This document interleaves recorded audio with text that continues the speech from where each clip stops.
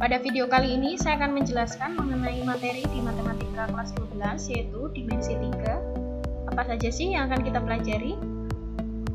Pada bagian pertama nanti kita akan belajar mengenai kedudukan titik, garis, dan bidang. Dan pada bagian kedua kita akan belajar mengenai jarak yang akan dibagi menjadi jarak dari titik ke titik, jarak titik ke garis, dan jarak titik ke bidang. Ya, kita masuk untuk pembahasan kita yang pertama ya, untuk kedudukan titik. Yang pertama adalah kedudukan titik terhadap titik. Saya ilustrasikan di sini, misalkan terdapat dua buah koin ya.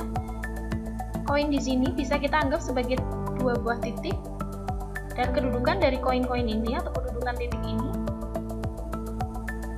saya akan jelaskan dengan ilustrasi. Misalkan ada titik-titik yang saya tampilkan di sini, ada titik D, titik A, titik E dan F ini jadi satu dengan sama penamaannya dari E dan F, kemudian titik B dan C, kemudian ada titik G. Kedudukan titik terhadap titik ini ada dua jenis. Misalkan di sini titik A dan titik B ini dia terpisah. Kemudian B dengan C ini dia berhimpit. Kedudukan titik yang lain yaitu kedudukan titik terhadap garis. Saya ilustrasikan. Ini terlihat ada burung yang hinggap di sebuah kabel. Jika kita umpamakan burung ini sebagai titik dan kabel ini sebagai garis, maka kita akan mengenal sebagai kedudukan titik terhadap garis. Ilustrasi dalam bentuk gambar. Misalkan di sini diberikan dua buah garis, saya namakan garis H dan garis G. Kemudian ada titik L, titik K, dan titik M. Ada satu lagi titik N. Nah, ada dua kemungkinan dari kedudukan titik terhadap garis ini. Misalkan titik K di sini dia terletak pada garis G, atau contoh lainnya yaitu titik L terletak pada garis H. Kemungkinan yang kedua yaitu titik M, saya contohkan, dia tidak terletak pada garis G, atau bisa juga titik M tidak terletak pada garis H. Yang selanjutnya yaitu kedudukan titik dan bidang. Ilustrasinya, jika diberikan sebuah piring di sini terlihat ada sebuah jeruk di atasnya. Kita umpamakan piring ini sebagai sebuah bidang dan jeruk ini sebagai sebuah titik. Nah, ilustrasi secara geometrisnya, saya punya bidang yang saya namakan bidang P. Nah, di atas bidang P ini ada sebuah titik yang terlihat yaitu titik C, kemudian ada titik lain, titik B, dan titik A. Kemungkinan kedudukan titik dan bidang ini yang pertama, titik C terletak pada bidang P. Kemudian untuk titik B ini tidak terletak pada bidang P. Begitu juga dengan titik A juga tidak terletak pada bidang P.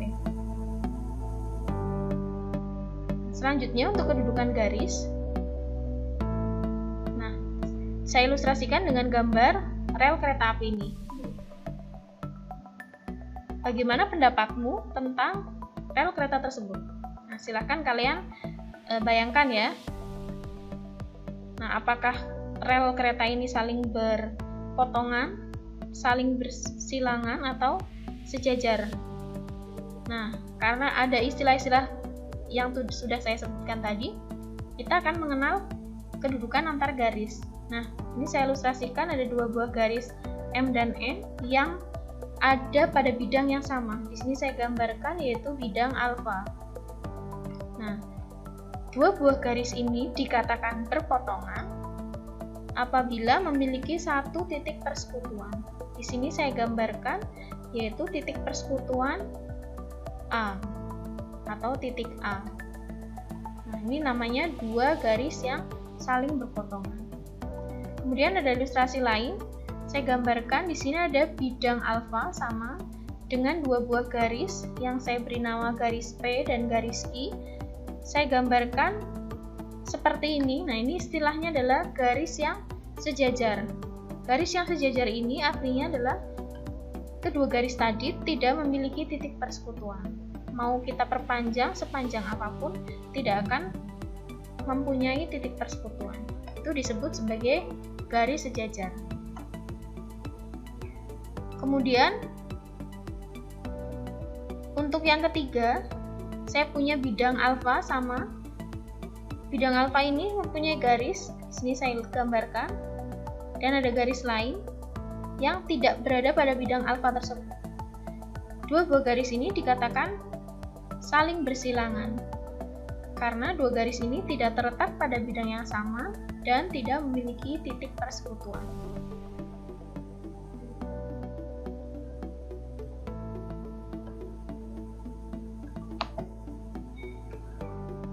Yang selanjutnya adalah kedudukan garis. Tadi udah kedudukan garis, berarti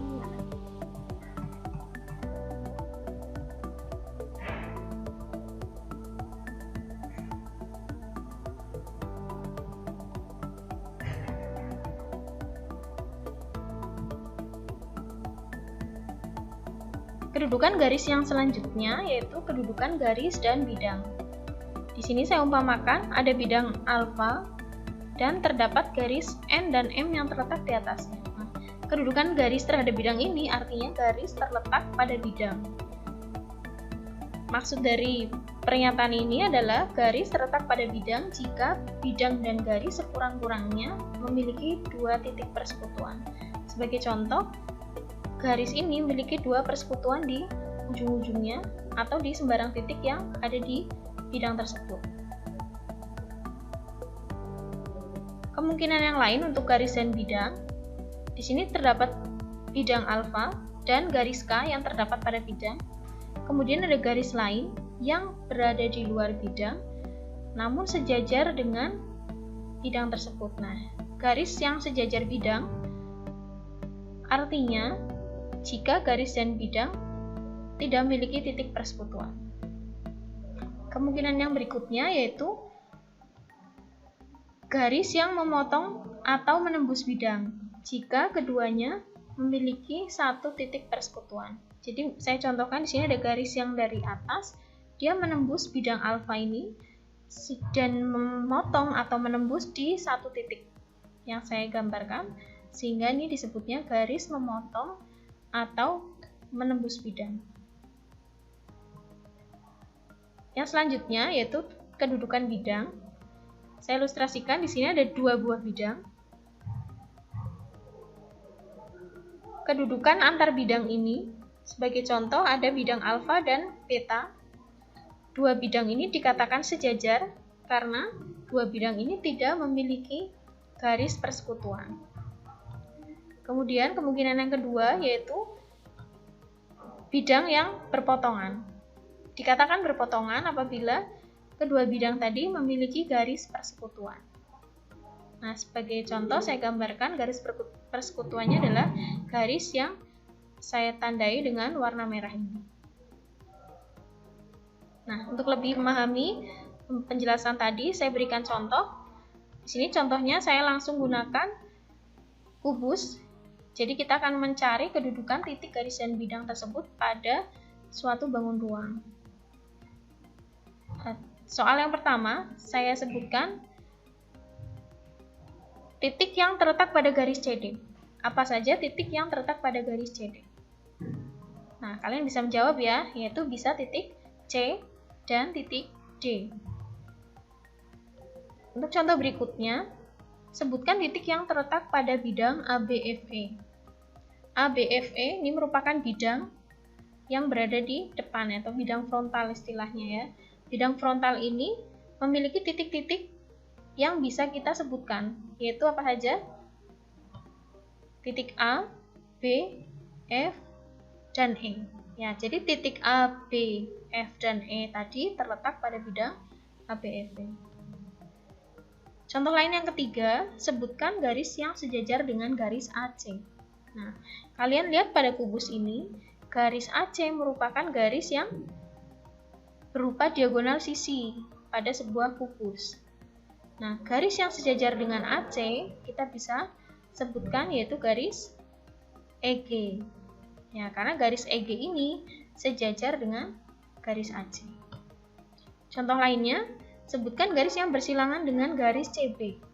Nah, garis CB tadi ya, garis yang bersilangan itu berada tidak berada pada bidang yang sama dan tidak memiliki titik persekutuan. Kita bisa sebutkan lebih dari satu ya, yang jelas kalau dia garis CB ini, garis yang bersilangan, saya contohkan ada FE, ada AH, GE bisa juga, atau contoh lain yang bisa kalian sebutkan masing-masing. Yang kelima, sebutkan garis yang menembus bidang ADHE. ADHE itu bidang yang berada di sebelah kiri dari kubus. Nah, kita bisa menentukan sembarang garis yang berada